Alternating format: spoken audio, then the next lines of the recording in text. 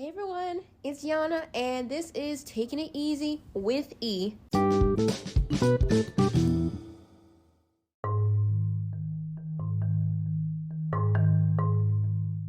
Y'all, it is the third episode. I am so excited for this week's podcast episode. I have a story to tell y'all. So, I usually don't include private stuff on the internet a lot, but I feel like I need to share this because I'm becoming close with you guys. So, I met a guy online, but don't get it twisted. Let me just tell you the story of how it happened.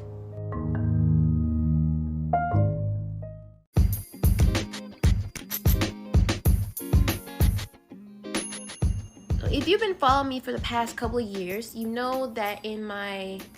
probably know that in one of my earliest videos, I made a dream goals video and one of my dream goals was to become fluent in Korean and travel to South Korea one day. But in order to do this, I've been mostly writing and reading Korean, but I need to practice my speaking and listening. So I did the one thing I never thought I would do because I know how the internet can be and it is super sketchy. I downloaded a language exchange app. So far I met a couple of pretty cool language partners, but one person caught my eye.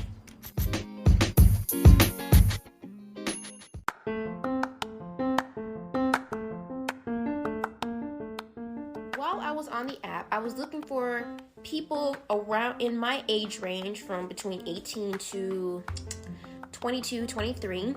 And I saw this guy on his profile. He said he was 21 and he was very proficient in Korean and English.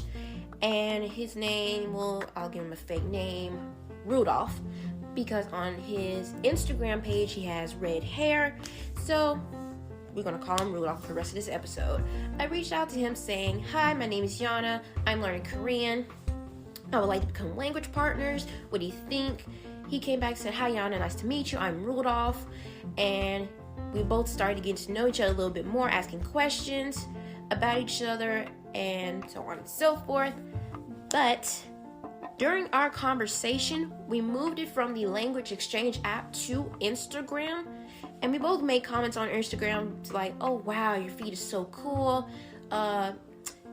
Your pictures are really cool," yada yada, so on. I'm not going to go into full detail. But one thing during our conversation that was a huge red flag, and I didn't notice it until I told my mom about it.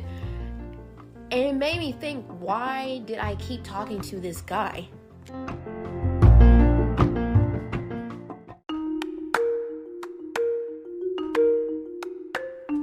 I know what y'all thinking. "Oh, Yana, you're so much smarter than that. Why would you do this? Why would you do that?" But let me tell you what actually happened first.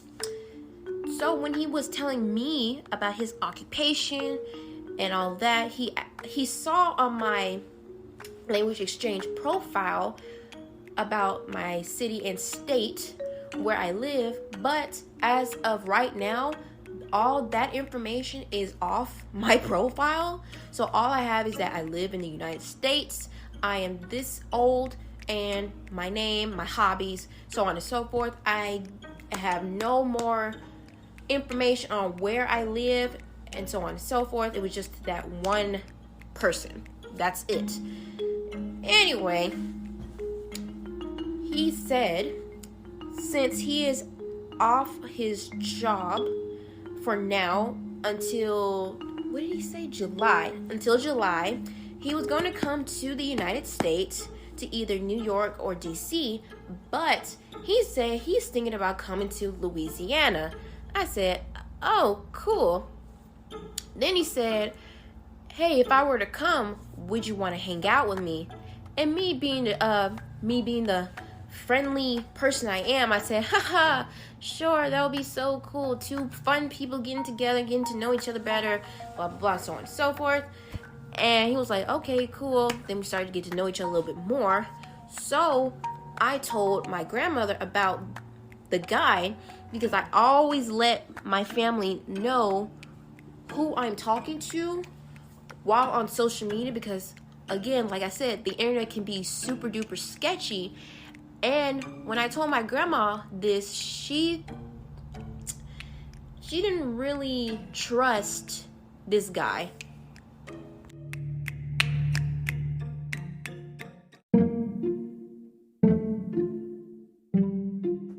When I told my grandmother about what the guy said, she got a little sketchy about the whole situation.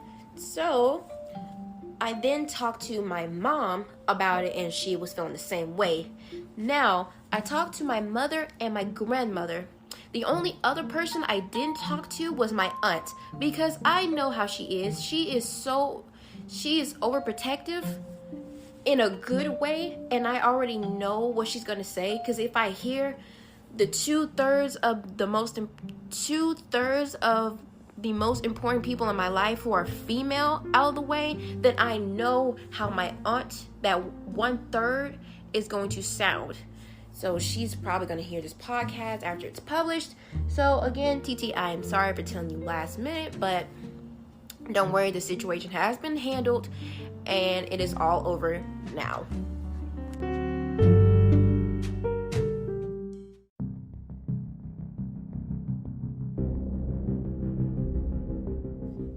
So after hearing this story, my mom told me that you need to tell this guy, hey, I'm only focused on learning Korean. If you can't accept that, then we're just going our separate ways, or don't respond back at all. Now see, me and my mother are totally two different people. She's a definition of petty, and I'm a descendant of pettiness from her, but I'm petty to a lesser extent. So I texted him back and said, hey, about what you said about meeting up, I don't think that's gonna happen, buddy. I'm liking how we're communicating now. I think texting is just fine. So he replied back a few hours later and said, oh, okay, yeah, I guess we should get to know each other better a little bit more over text. Haha, I guess. And I said, I agree. So the next morning for me, at 10 o'clock, I get this message. And it said, hey, I like you. I showed my grandma that. She said, what?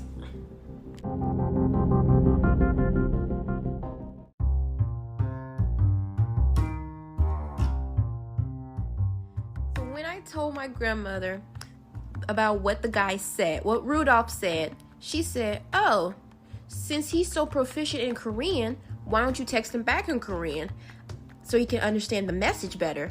I said, what should I say? She said, you should say, oh, I like me too. I like learning Korean more. So I said to him, and when I texted this, I wanted to make sure that I used the right grammar. And when I'm still practicing on my speaking. So if anybody who is a native Korean or a Korean learner, if y'all need to correct me, please do. I'm still learning. So I said, 나도 내가 좋아. 나는 한국어를 배우는 것이 더 좋아. Which again means I like me too. I like learning Korean more. So a few hours later, he looked at my message, left me on red, and the next thing I know, I can't see his profile anymore.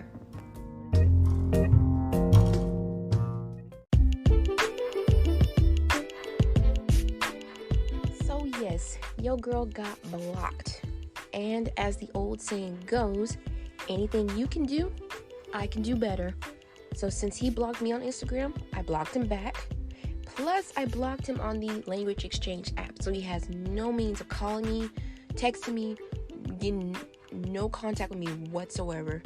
So I'm glad to be contactless from him for now and forever.